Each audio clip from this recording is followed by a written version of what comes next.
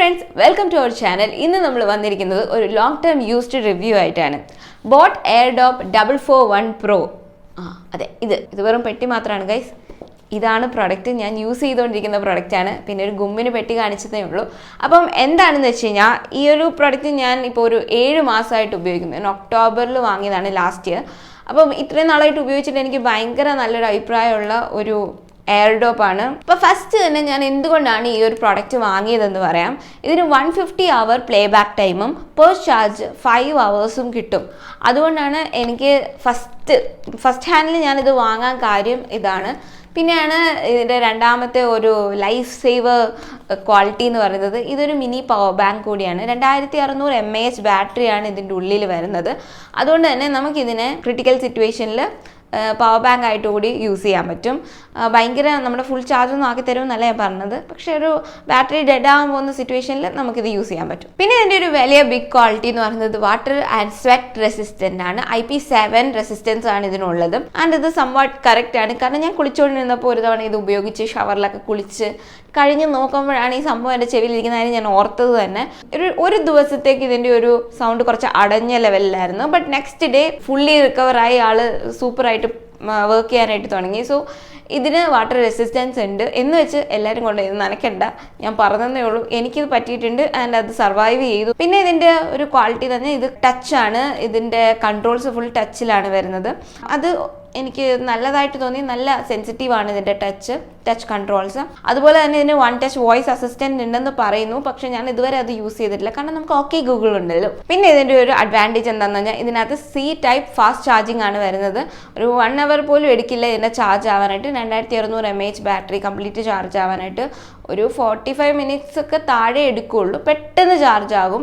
And എനിക്കൊരു 5 days ഇത് continuous use ചെയ്യാൻ പറ്റും. 1 ചാർജിൽ ഈ ഡോക്ക് പെർ ചാർജ് 5 hours ഇത് കിട്ടത്തുള്ളൂ ഇതിൻ്റെ ഇയർബഡ്. ബട്ട് ഡോക്ക് നമുക്കൊരു 5 ദിവസത്തിന് ഒരിക്കൽ ചാർജ് ചെയ്താൽ മതി. ഇപ്പോഴും എനിക്ക് അങ്ങനെ തന്നെയാണ്. പിന്നെ ഇതിൻ്റെ ഒരു പാക്കേജിൽ വരുന്ന എന്തൊക്കെയാണെന്ന് ചോദിച്ചു കഴിഞ്ഞാൽ എയർഡോപ്പ് വരുന്നുണ്ട്. അതോടൊപ്പം തന്നെ additional earbuds, warranty card, user manual, പിന്നെ ഒരു USB ചാർജിങ് കേബിളും കൂടി വരുന്നുണ്ട്. USB Type A to C ആണ് വരുന്നത്. അപ്പം ആ ഒരു കേബിളും കൂടി വരുന്നുണ്ട്. പിന്നെ എനിക്ക് ഡിസഡ്വാൻറ്റേജ് ആയിട്ട് തോന്നിയിട്ടുള്ളത്, അങ്ങനെ ഡിസഡ്വാൻറ്റേജ് ഒന്നും കൂടി പറയാൻ പറ്റില്ല, ഒരു ചെറിയ ഇതായിട്ട് തോന്നാൻ പറ്റുന്ന ഒരു കാര്യം എന്താണെന്ന് വെച്ചാൽ ഇതിന് ഇത്തിരി വെയിറ്റ് ഉണ്ട്. ഈ ഒരു പ്രൊഡക്റ്റിന് നമ്മൾക്ക് പിടിക്കുമ്പോൾ നമുക്ക് നമ്മുടെ കയ്യിലുണ്ടെന്ന് നമുക്ക് ഫീൽ ചെയ്യും. ലൈക്ക് 103 gram ഉണ്ട് ഇതിൻ്റെ വെയിറ്റ്. ഞാൻ ഇതിന് മുന്നേ ഉപയോഗിച്ചിട്ടുണ്ടിരുന്നത് ബോട്ടിൻ്റെ എയർഡോപ്പ് 171 ആണ്. അത് ഭയങ്കര ലൈറ്റ് വെയിറ്റ് ആണ്. 83 grams ഉണ്ടായിരുന്നുള്ളൂ. അതുകൊണ്ട് തന്നെ ഇത് ഉപയോഗിച്ചപ്പോൾ എനിക്ക് കുറച്ച് ഇതിന് എല്ലായിടത്തും കൊണ്ടുപോകുമ്പോൾ ഇങ്ങനെ പിടിക്കുമ്പോൾ നമുക്ക് തോന്നും ഇത് നമ്മുടെ കയ്യിലുണ്ടെന്ന്. ബട്ട് ഇതൊരു മിനി പവർ ബാങ്ക് ആണെന്നുള്ളൊരു കാര്യം കൂടെ കൺസിഡർ ചെയ്യുമ്പോൾ ഇതിൻ്റെ വെയിറ്റ് അത്ര വലിയ പ്രോബ്ലം അല്ല എന്ന് എനിക്ക് തോന്നും. ആൻഡ് ഓൾസോ ഇതിൻ്റെ ടച്ച് എനിക്ക് ചില സമയത്ത് നമ്മൾ ആക്സിഡൻ്റൽ ടച്ച് വരുന്നത് കാരണം കൊണ്ട് എനിക്ക് ചില സമയത്ത് കുറച്ച് ബുദ്ധിമുട്ടായിട്ട് തോന്നിയിട്ടുണ്ട്. ക്ലിക്കാണെന്നുണ്ടെങ്കിൽ നമ്മൾ ഡെലിബറേറ്റ്ലി ക്ലിക്ക് ചെയ്താൽ ഇത് എന്താ പറയുക കൺട്രോൾസ് വർക്ക് ചെയ്യുള്ളൂ. പക്ഷേ ടച്ചിൻ്റെ കാര്യം വരുമ്പോൾ ഞാൻ ഭയങ്കര ലേസി ആയിട്ടൊക്കെ മൂവീസൊക്കെ ഇത് വെച്ച് കാണുന്ന ഒരാളാണ്. അപ്പം അങ്ങനെ വെച്ച് കാണുന്ന സമയത്ത് ചിലപ്പോൾ ഞാൻ ഇങ്ങനെ കിടക്കുമ്പോൾ എൻ്റെ കൈ കുറേ നേരം ടച്ച് ചെയ്തുകൊണ്ടിരുന്നു. ലോങ് ടച്ചിൽ ഇത് ടേൺ ഓഫ് ആകും.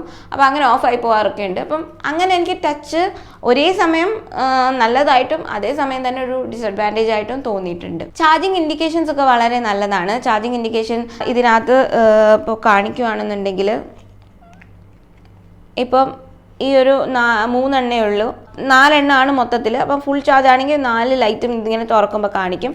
അതോടൊപ്പം തന്നെ ഇതിലിപ്പം എയർഡോപ്പ് നമ്മൾ എടുത്തിട്ട് ഇപ്പോൾ ഫുൾ ചാർജ് ആയതുകൊണ്ട് കാണിക്കുമെന്നറിയില്ല, ഇതിങ്ങനെ തിരിച്ചിങ്ങനെ വെച്ചിട്ട് ഇങ്ങനെ അടയ്ക്കുമ്പോഴത്തേനും ഇതിൽ 2 ലൈറ്റ് കത്തിക്കഴിഞ്ഞാൽ ഈ ഫസ്റ്റ് ലൈറ്റും ലാസ്റ്റ് ലൈറ്റും കണ്ടു ഇപ്പം രണ്ടും ഫുള്ളി ചാർജ് ആയതുകൊണ്ടാണ് ഇത് കംപ്ലീറ്റ്ലി ഓഫായിട്ടിരിക്കുന്നത്. പക്ഷേ ഇതിൻ്റെ 2 ലൈറ്റ് മാത്രം കത്തുവാണെങ്കിൽ ഇത് ചാർജിങ് ആണ് എന്നാണ് അർത്ഥം. അത് നമ്മൾ കറക്റ്റായിട്ട് ശ്രദ്ധിക്കണം. കാരണം ഇത് സംടൈംസ് ഇതിൻ്റെ ഡോക്കിൽ മിസ്പ്ലേസ് ആയിട്ട് വെക്കാനൊരു ചാൻസ് ഉണ്ട്. അത് വേറൊന്നും കൊണ്ടല്ല, ഇതിനകത്ത് ആ മാഗ്നറ്റിക് ഡോക്കിംഗ് ഒക്കെ ഉണ്ട്. ബട്ട് ഈവൻ ദോ സംടൈംസ് ഈ ഒരു സാധനം കുറച്ച് അങ്ങോട്ടോ ഇങ്ങോട്ടോ നീങ്ങിയിരിക്കുകയാണ് എന്നുണ്ടെങ്കിൽ ഇത് കറക്റ്റായിട്ട് ഡോക്ക് ആവില്ല. അപ്പം അങ്ങനെ അത് കറക്റ്റായിട്ടാണോ പ്ലേസ് ചെയ്തിരിക്കുന്നത്, ഈ 2 ലൈറ്റ് കത്തിയിട്ടുണ്ടോ എന്നുള്ളത് നമ്മളെപ്പോഴും ബഡ് ചാർജ് ചെയ്യാൻ വെക്കുമ്പോൾ ശ്രദ്ധിക്കണം. പിന്നെ സൗണ്ട് ക്വാളിറ്റിയും വളരെ നല്ലതാണ്. എനിക്ക് നല്ല മൂവീസൊക്കെ കാണുമ്പോഴാണെങ്കിലും നല്ല ബാസും വേണ്ടെടുത്ത ആ ഒരു എന്താ പറയുക ഒരു സറൗണ്ടിങ് എഫക്റ്റും എല്ലാം എനിക്ക് കിട്ടാറുണ്ട്. ഞാൻ അതിൽ കംപ്ലീറ്റ്ലി സാറ്റിസ്ഫൈഡ് ആണ്. ഞാൻ ഇതിന്റെ ഇൻട്രൊഡക്ടറി ഓഫറിലാണ് ഈ ഒരു പ്രൊഡക്റ്റ് വാങ്ങിയത്. അപ്പോൾ എനിക്ക് 1899 ആണ് ആയത്. ഇപ്പോൾ ഇത് ആമസോണിൽ 2999 കിടക്കുന്നത്. അത് കുറച്ച് കോസ്റ്റ്ലി ആയിട്ട് എനിക്ക് തോന്നുന്നു. മേ ബി ഒരു ഗ്രേറ്റ് ഇന്ത്യൻ സെയിലൊക്കെ വരുമ്പോൾ കുറച്ച് വില കുറഞ്ഞു കഴിയുമ്പോൾ ഇത് വാങ്ങിയാൽ നല്ല വെർത്താണ്. അല്ലാതെ ഒരു 3000 റുപ്പീസിനൊക്കെ ഈ ഒരു പ്രൊഡക്റ്റ് വാങ്ങുന്നതിനോട് എനിക്ക് യോജിപ്പില്ല. നല്ല പ്രൊഡക്റ്റ് ആണ്, but not that worthy for the price. അതുപോലെ തന്നെ ഇതിന് ഡിഫറെൻറ്റ് കളർ വേരിയൻസ് വരുന്നുണ്ട്. ഞാനിപ്പോൾ സ്പോട്ടി ബ്ലൂ എന്ന് പറഞ്ഞൊരു കോമ്പിനേഷനാണ് വാങ്ങിയത്, ബ്ലാക്ക് ആൻഡ് ബ്ലൂ കോമ്പിനേഷൻ.